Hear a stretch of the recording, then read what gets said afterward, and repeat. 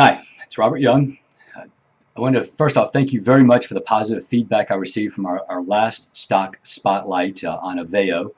Not a positive development in the stock, but a lot of positive response from you. But I did hear you. Seems that over 4 minutes gets a little bit timely, a little bit long in the tooth, so I am going to try to make these videos 3 to 4 minutes in length. I try to pack a ton of information in, so if I ramble or just speak through it, forgive me.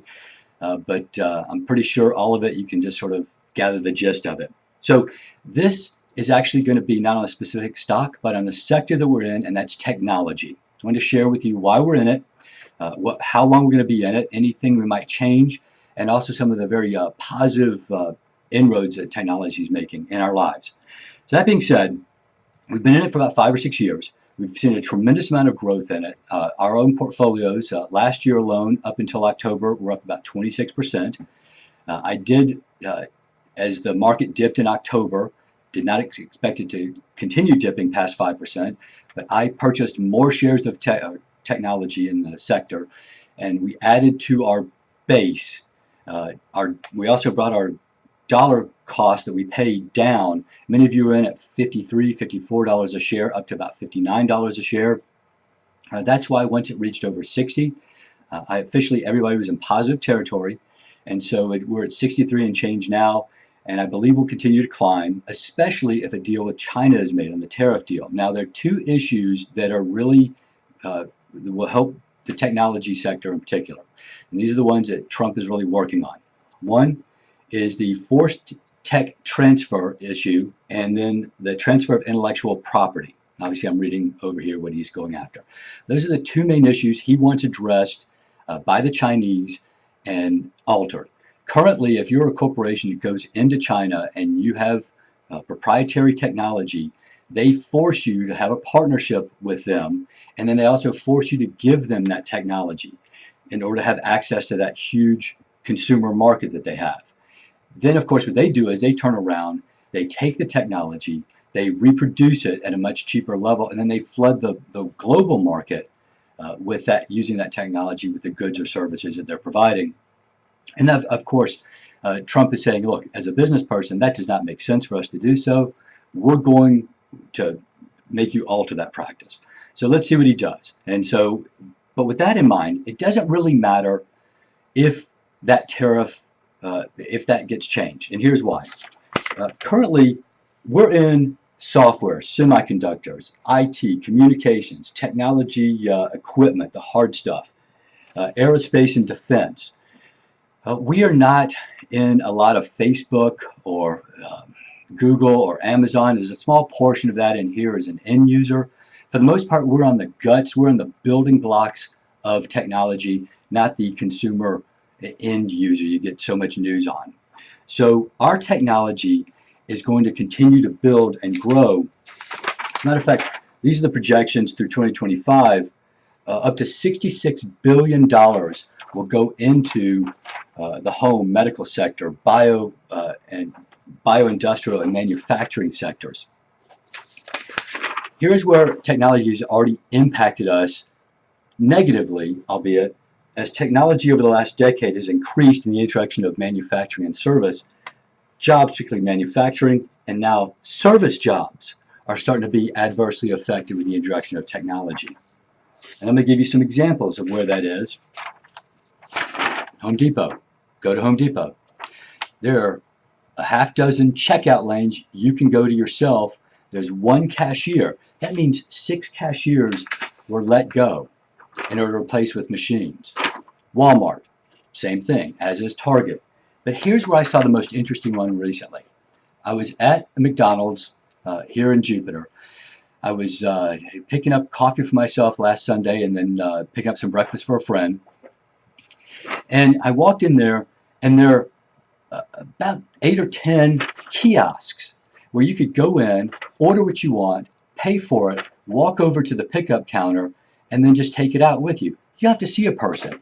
And then you look over to the cashier lane, and there is one cashier.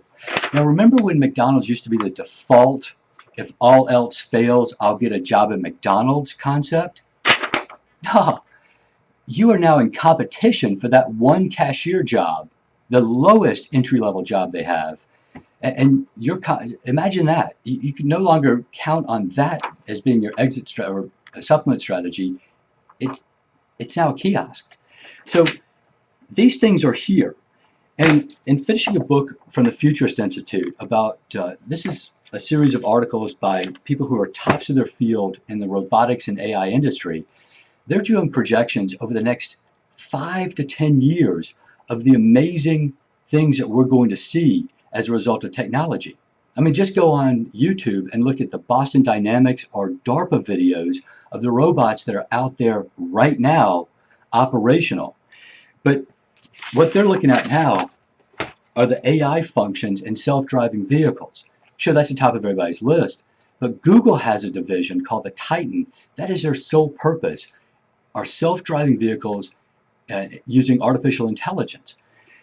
They have billions in cash just to do nothing but do research. And these guys are saying, look, we think the next two areas that are going to be affected are going to be long-term trucking, right? Self-driving truck vehicles transporting goods and services across the country, not services, but goods across the country, and planes that will have essentially cargo planes, not our passenger planes, but cargo planes will now be drone or pilotless planes. There's a huge deficit of pilots coming up in the next few years, and I think companies like FedEx and UPS are going to be addressing that. So we are not leaving technology. We're going to stay in technology. There is just too much growth for the next 5-6 years for us to walk away from it. However, I will tell you this. There is the potential, and I'll address it in March's newsletter, there's the potential for the market, because of the run-up, to reach a certain point where it's going to sell off. If our technology index gets around 70 a share, that'll be our 22-25% plus. Right now, many of you have returns of 10 to 15% just since the low end, since January 1st. So if we get up to about 70 a share, I will more than likely liquidate our position, take our profits, and sit on it while I wait for a market decline, which I believe will occur in the next 6 or 8 months. It is that decline, that dip, that we'll buy back in and, again, stay in technology to run it up. Anyway, that's it. I want to let you know what I'm thinking about technology, why we're in it, what we're in, and also, really, how you can see the impact of technology. We hear about the manufacturing sector, like the swing states that voted for Trump. But really, even locally, we can find the impact of technology. And I'll tell you what, if I were a barista at Starbucks, I'd be very concerned about those machines that they have in Europe that they're bringing over here now, that you can go online, use your phone, order what you want, the machine makes it, and there's just one person handing it to you in the counter as you drive through the drive-through or come up to the counter to pay for it. You don't even need somebody to pay for it. You just swipe with your phone and pay for it. If I were a Starbucks barista, I might be looking around for different work, maybe being a coder. Thanks so much. Hope all is well. Reach out anytime if you have any questions. And take care.